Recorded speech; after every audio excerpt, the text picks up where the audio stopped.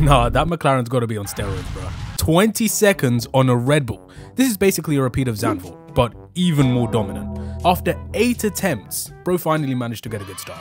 And you can call me Le Cap James, because I just had a feeling that he was going to win by a country mile. Before the race even started, I knew he was probably going to win by over 20 seconds. But he almost threw it all away under zero pressure. This was almost the funniest fumble of all time, man. Lando's pace made it such a no contest that I was struggling to keep my eyes open. And with all the noise surrounding McLaren's mini DRS, which I'm going to talk more about in my next video, this was the perfect response. This car is more than just a tiny rear wing flex. The overall package is just incredible. How kind it is on its tyres, Lando's ability to effortlessly ride the curbs and just pull away whenever he wanted. This driver-car combo was in a sweet spot all weekend. He would have got fastest lap as well, but Ricciardo took it right at the end.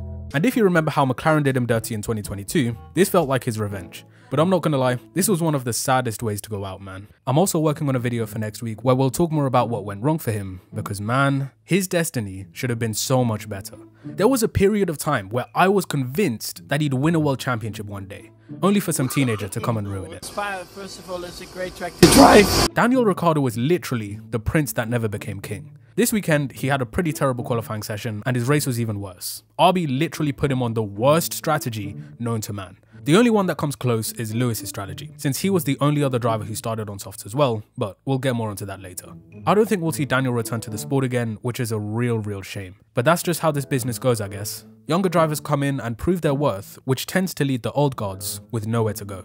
And on that point, Franco, bro, I see you. Only 7,000 off Albon on a street track you've never seen before without the upgrades your teammate had. This motherfucker don't miss. No, he's fucking good. That motherfucker don't miss, man. He's good. I say this again, we need more teams. There's too much talent just sat on the sidelines right now, while we have Nepo babies like Stroll hogging the Aston Martin seat. Also, someone go check on him, because he looked like he hadn't slept for weeks. Anyway, we gotta start having some serious conversations about Albon, man. Everybody has been gassing him up these past couple of seasons because he's had underwhelming teammates. And now, this kid comes in and straight up matches him out of the gate.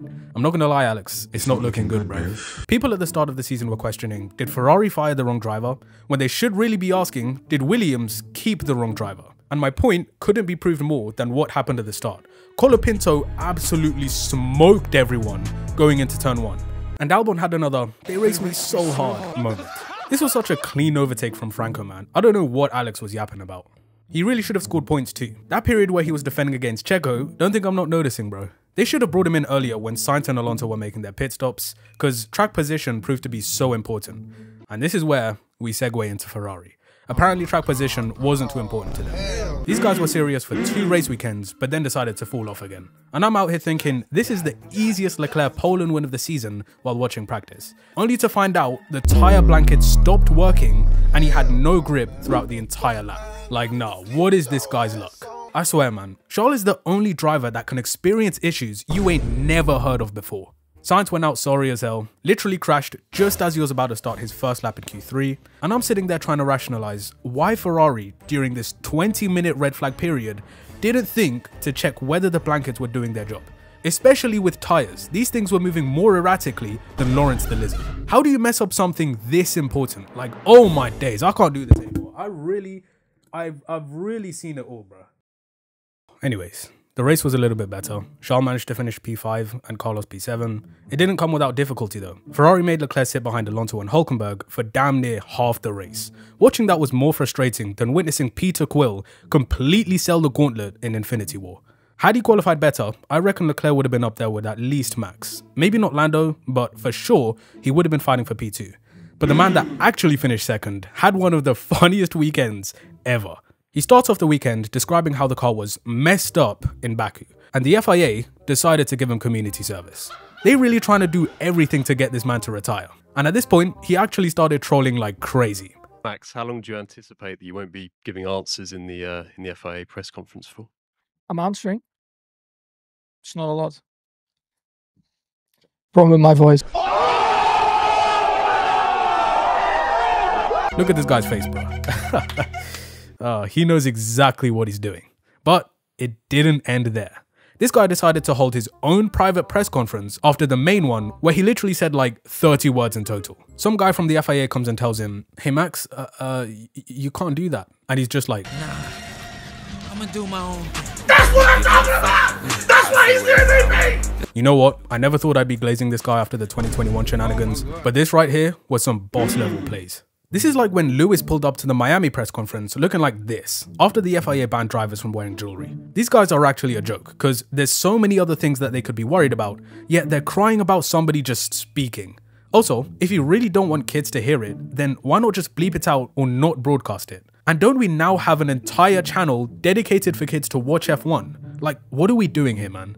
Max's trolling triggered the FIA so much that one of the stewards went straight to Jonathan Wheatley, probably begging him to get Max to stop. Two big dogs carrying the sport as usual. Nothing new to see here. They really looked back in after their day off in Baku, because somehow they both managed to drag a miserable car on Friday to a P2 and P3 in qualifying. I mean, you know things were bad when Red Bull were being compared to Sauber after practice. And Lewis in FP3 was absolutely nowhere. But look at us. Look at us. Huh? Who would have thought? Not me. That's what makes them champions. Max managed to squeeze out every last drop of performance from that Red Bull and minimize the damage done in the championship. Pretty much drove faultlessly from qualifying onwards on a track that wasn't supposed to suit their car. But they managed to dial it into a nice window which enabled Max to get the most from it.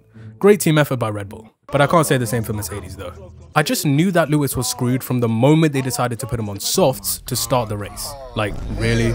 Everyone else around you is starting on mediums. Why in the world are you putting softs on the car? Then they put him so early that everybody else got a massive tire offset, and from there, he couldn't do anything. And I really thought he'd be given the optimal strategy since he qualified ahead. But nah. Anyway, only 6 more races till he's in red. And as Pep Guardiola said, we will be there. And real quick, while we're talking about Lewis, I gotta address this Ben Talayem guy again. He said, we're not rappers. There's a difference between our sport, motorsport, and rap music. Huh? Bro, what do you mean by that? Like, I don't even know what meme to use for this. I'm that flabbergasted, bruh. This guy is not fit to be FIA president, bruh, so I just got one thing to say. Get the fuck out of here. Get the fuck out of here. George had a good race and managed to finish P4.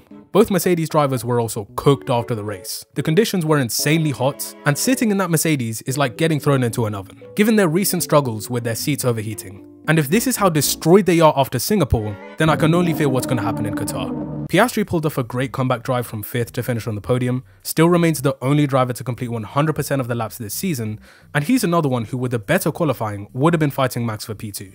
And when you think about this in the context of Lando's championship campaign, this is really just unlucky. The two guys who were capable of taking points away from Verstappen were nowhere in qualifying, on a track that's difficult to overtake. But this wouldn't have been a thing had McLaren done things differently in previous races. And with Daniel taking that fastest lap point on the final lap of the race, it means that if Lando and Max finish 1 and 2 in every remaining race of 2024, including sprints, the Dutchman will win the championship no matter what, fastest lap points included. These next 6 races will need to be some of the best Verstappen performances of his career, if he wants to win the title. Magnussen's return to the grid was kinda underwhelming in my opinion. I was expecting him to unleash all kinds of terror now that he only has 6 races left, but he was forced to retire for some reason. His teammate Hülkenberg had a great weekend and finished in the points. He had a great battle with Alonso, who once again maximised everything out of the Aston Martin. Stroll was nowhere as per usual. Alpine had a bad day with Gasly and a pretty average one with Ocon. RB were too slow to react with Yuki during the pit stops, and after qualifying 8th on Saturday, it's a bit of a shame they fumbled the bag and he came home in 12th. The main highlight from Sauber's weekend was them hosting speed, but besides that, nothing much really happened for them. Such a commanding win for McLaren makes you wonder how this team got this dominant. Like, this victory was RB19 levels of clear. Lando has also finally managed to lock in. And I say this half-heartedly because there were numerous moments where he nearly put it in the wall. But the fact that he wasn't jumping up and down all excited after this win shows he's thinking about the bigger picture. Also, here's an interesting stat. The gap between Norris and Verstappen after he won the Miami Grand Prix was 53 points. Since then, we've had a total of 12 races, and McLaren have had the fastest car for most of them. But that gap I was talking about has only been reduced by 1 point. Which really just goes to show 2 things: how good a driver Max is and how many opportunities Lando has squandered. But even still, there's a shot at winning the title. It's a very slim chance, but a chance nonetheless. He's going to need to be perfect. Piastri will also need to be second 100% of the time. Red Bull will need to have a few more off weekends, Mercedes and Ferrari got to be there or thereabouts to take points off Max, and maybe, just maybe, Lando could take it. But those are too many variables that are outside of his control. which is why I say it's highly unlikely. The cushion that Verstappen has built is very comfortable, and with Red Bull bringing upgrades to Austin, there's no guarantee that they'll be this much slower than McLaren forever. As frustrating as it is to look back and regret not capitalising on Max's misfortunes, Lando can only look forwards and get the most out of every race weekend till the end of the season. And to round out this video and tease the one for next week, I just want to say it's been fun having Daniel Ricciardo around. It's sad to see the way things have panned out. When he joined AlphaTauri last year, I genuinely thought he'd be in with a chance of replacing Checo. At the time, things weren't going his way, and it was looking like the Australian would be his successor. But in this sport, money does talk. And unfortunately for Daniel, occupying the seat at the Red Bull Junior team, it was only a matter of time before he'd be forced out by a younger driver.